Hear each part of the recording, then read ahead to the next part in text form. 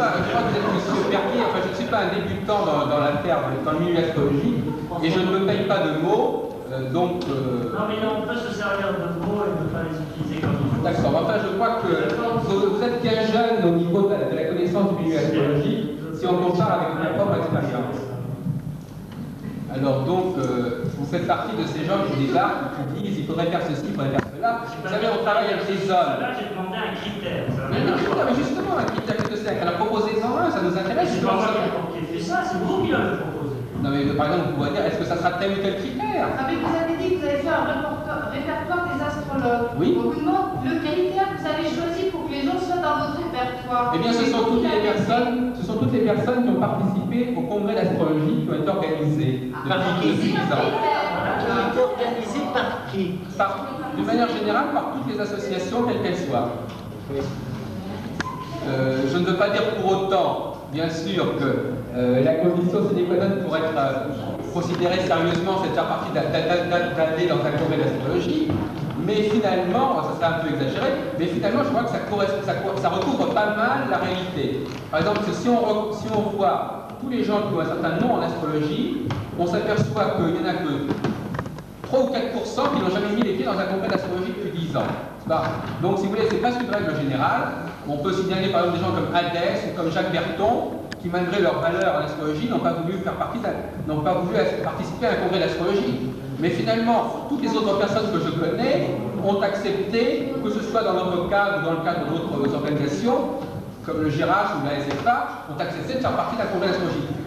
C'est peut-être bizarre, c'est peut-être une déformation professionnelle, mais je trouve que ce n'est pas un mauvais critère dans l'ensemble. Pour être plus précis, disons qu'on peut penser, bien qu'il faille être assez prudent, qu'une personne qui publie un ouvrage d'astrologie, une personne qui organise des cours d'astrologie, une personne qui dirige un groupe astrologique, c'est déjà un élément. Mais il y a des exceptions.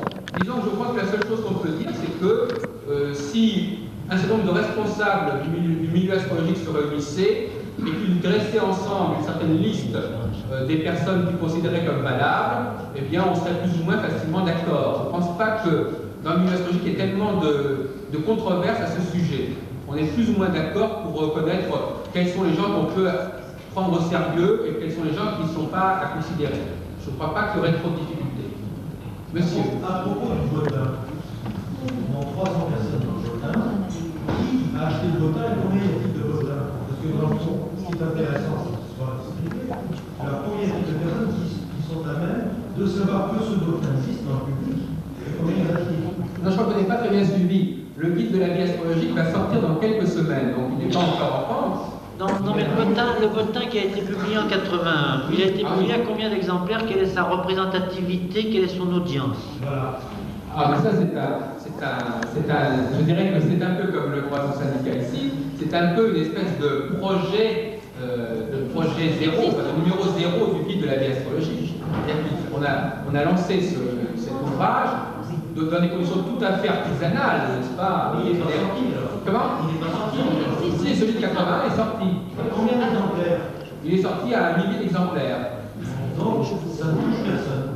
Mais ça n'a pas du tout, c'était pas du tout l'objectif, monsieur. Attendez, moi je voudrais comprendre. Non, mais je crois qu'il y a quelque chose que vous ne comprenez pas. Justement, je vais vous expliquer ce que je n'ai pas compris. Comme ça, vous avez peut-être le comprendre. Vous avez un On va votin. essayer d'éclairer derrière. Si c'est pour distribuer à 1000 astrologues, je ne vois pas l'intérêt. Celui qui doit consulter le votin, c'est le grand public. Mais nous sommes tout à fait d'accord. Non, c'est ça que je ne comprends pas bien. Mais non, mais vous n'avez pas compris que la première édition du votin astrologique n'a pas du tout le même objectif que le guide de la vie astrologique. Ouais.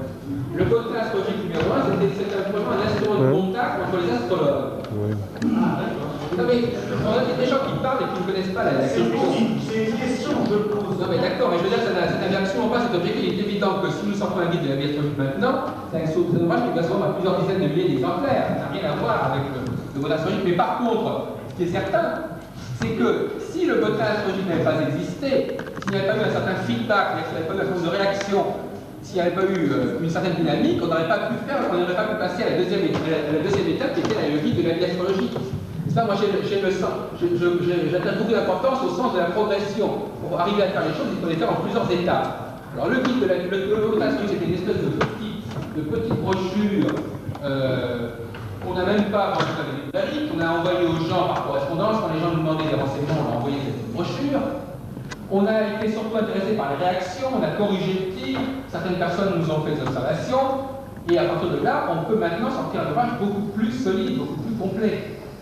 De la même façon, là, nous proposons non pas aux gens d'adhérer à un syndicat, mais de faire partie des pères fondateurs de ce syndicat. Donc, s'ils ont des opinions, quelles qu'elles soient, s'ils sont à la recherche de critères, s'ils se posent des questions, eh bien, ils peuvent faire partie de la commission préparatoire du syndicat et apporter leur qualification, leur réflexion personnelle.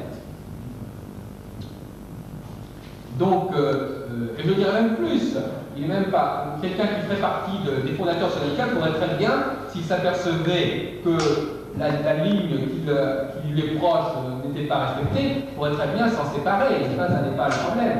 Voilà, et même quelqu'un pourrait, je dirais même plus, mais je dirais même plus, dans les gens qui vont préparer ce syndicat, on pourrait effectivement faire appel à des gens qui ne sont pas susceptibles d'en faire partie, mais qui pourraient effectivement donner leurs opinions. C'est-à-dire que, par exemple, ça revient à la question que vous posiez tout à l'heure, c'est-à-dire